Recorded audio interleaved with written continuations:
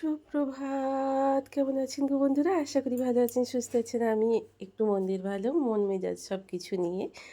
তো চলুন বন্ধুরা, এখনও পর্যন্ত মন খারাপ নিয়েই চলছে আমার দিনটা। শুরু হলো।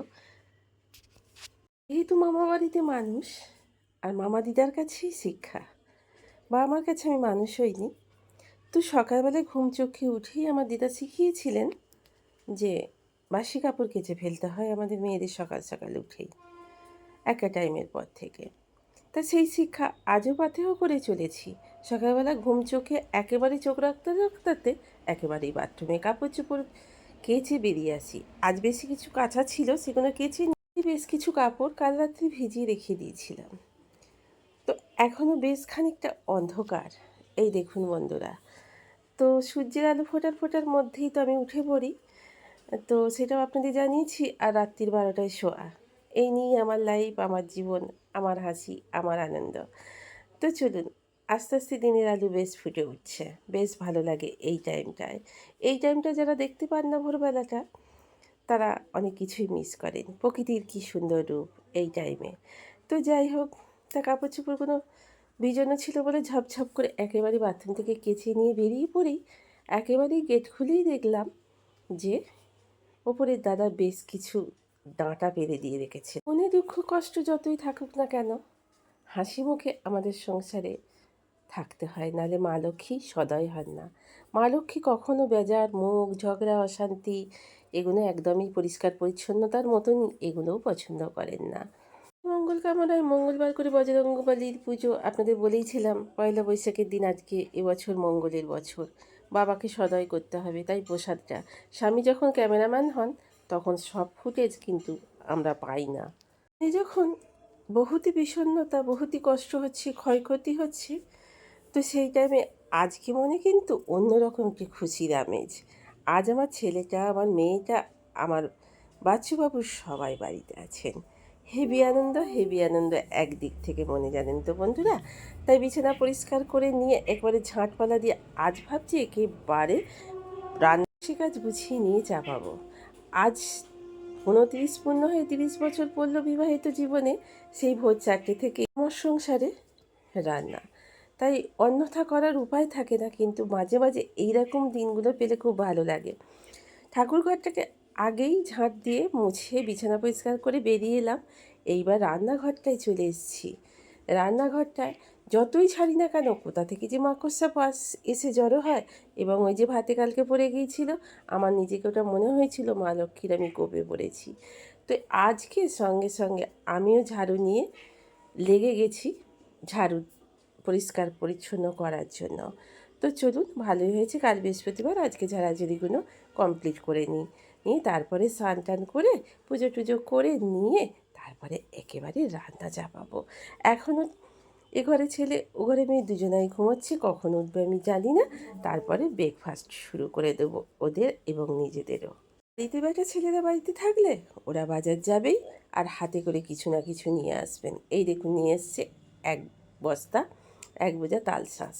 এই নিয়ে মা লক্ষ্মী আমাদের 5-7 দিন তাল শাঁস জোটালেন। যেহেতু আমার শ্বশুরবাড়িতে দুটো তাল গাছ, ও পেরে দিয়েছি আর খেয়েছি। কি খাওয়া খেয়েছি, বয়সও ছিল, খাওয়ার টাইমও ছিল, সব কিছুটাই ছিল। আর অনেক দিন থেকেই বলছিলাম কুমড়ো দিয়ে পুঁই শাক খাবো, আজ রেঁধেই ফেলবো। ঘি করলার প্রচুর এখন দাম, কিন্তু আমার মেয়েটা প্রচুর ফেভারিট।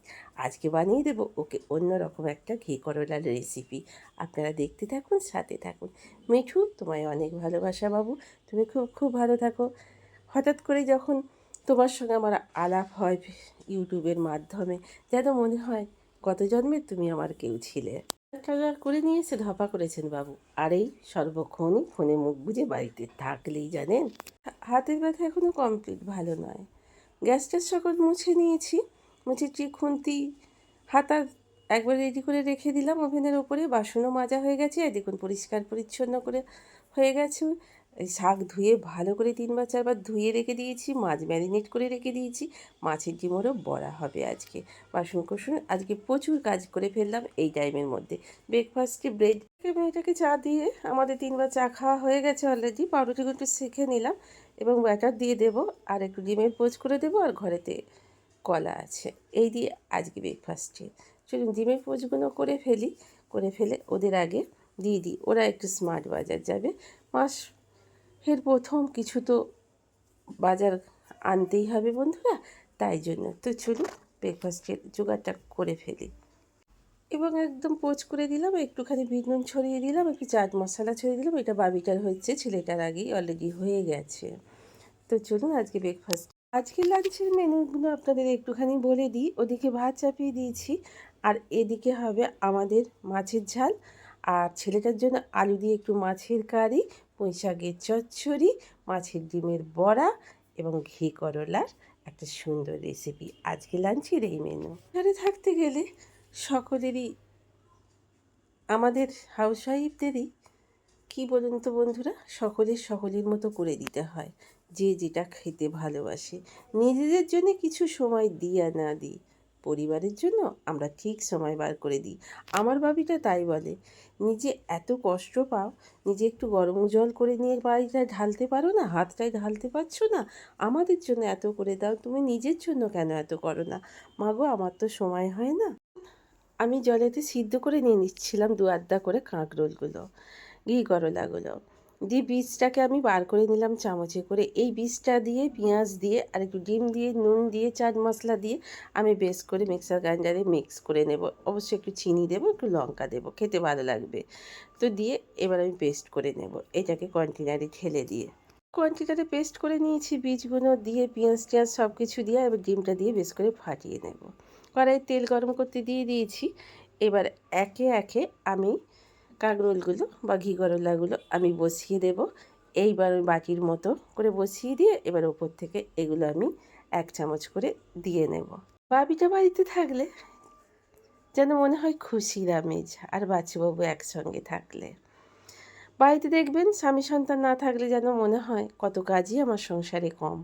সংসারে মানুষ নেই তো সংসার গো বন্ধুরা, একা না ফেকা কথাই বলে। তো বাটির মতো বসিয়ে দিলাম। এই দেখুন 1 চামচ করে দিয়ে দিয়েছি। ওই যেটা তো বানালাম আমি বীজ টিজ দিয়ে ডিম টিম দিয়ে, এইবার চাপা দিয়ে দেব। নিচেটাও বেশ সুন্দর আঁকি সিদ্ধ করা আছে, নরম হয়েই আছে, ভাজা ভাজা হয়ে যাবে, উল্টে দেব। তো ভীষণ সুন্দর একটা গরম গরম ভাত আর একটু মুগের ডাল বা মসুরির ডাল দিয়ে বন্ধুরা। তারই মধ্যে বলে রাখি, আজ আমার ব্রেকফাস্ট হয়েছে, কপালে জুটেছে ব্রেকফাস্ট। তো ব্রেকফাস্টে আজকে আমি খেয়েছি বেদানা আর ব্রেড। তো চলুন বন্ধুরা, জল নিয়ে নিয়েছি, বেশ কিছু মাংস নিয়ে চলে এসছে। তবে কেন এসছে এইটা আমি এখন আপনাদের দেখাচ্ছি। হঠাৎ করেই আমার সংসারে খুশির আমেজ, একটা খুশির মিষ্টি ওয়েদার, যেমন নরম খুশির মিষ্টি মিষ্টি হাওয়া বইছে, আমার সংসারেও হঠাৎ করে খুশির আমেজ চলে এলো গো বন্ধুরা। দুটো খুশির খবর, যেটাকে আমি হারিয়ে ফেলেছিলাম।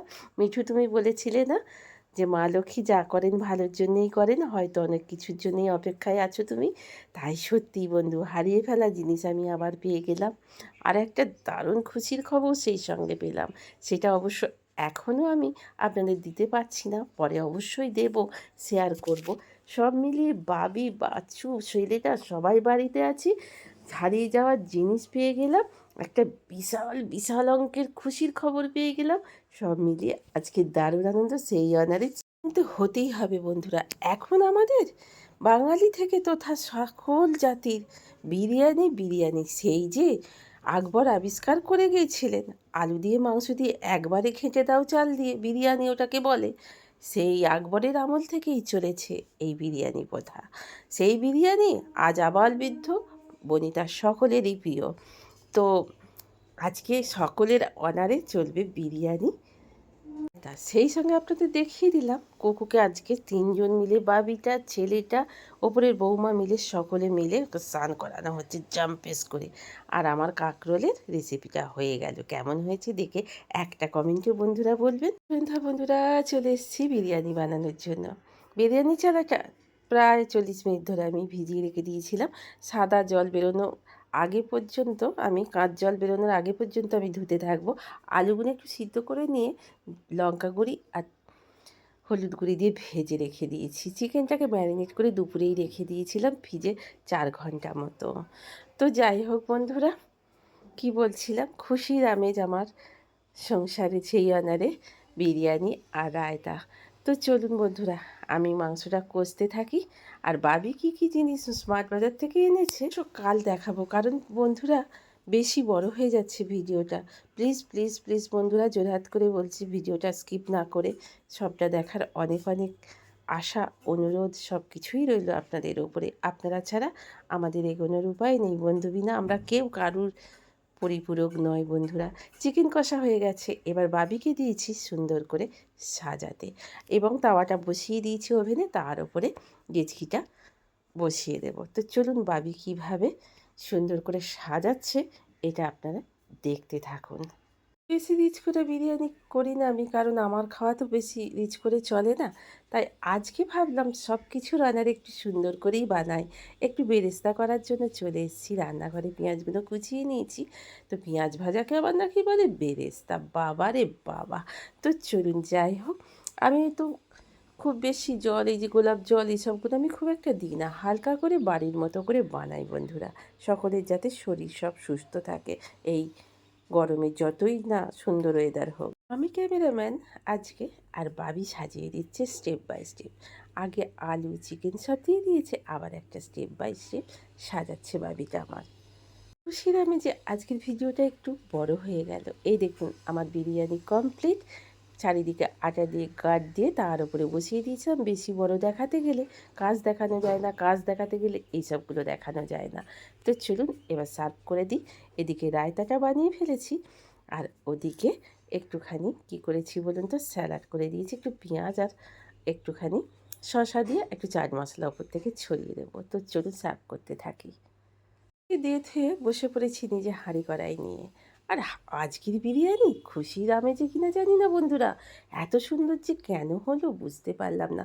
হয়তো বা আমার বাবির হাতের ছোঁয়াতেই হলো, এটা আমি মনে করি। আমার বাবির ছোঁয়াতে আমার সংসারের সব কিছুটাই সুন্দর হয়, মঙ্গল। কারণ ও আমার কোলে আসার পর থেকেই তো আমার সংসারটা ধনধান্যে ফুলে ফেঁপে উঠেছে। ওই তো আমার সংসারের কাণ্ডারি। ওর জন্যই আমার সংসারের সব কিছু ভালো, মন্দ কোনোখানটাই হয় না, ভালোটাই সব, মন্দটা বেরিয়ে গেল মুখ দিয়ে, সরি মিস্টেক হয়ে গেছে। তো চলুন বন্ধুরা, আজকের মতো শেষ করি। খুব খুব খুব ভালো থাকুন, সুস্থ থাকুন, হাসি খুশি থাকুন অল টাইম। আজকের মতো এই পর্যন্ত, গুড নাইট।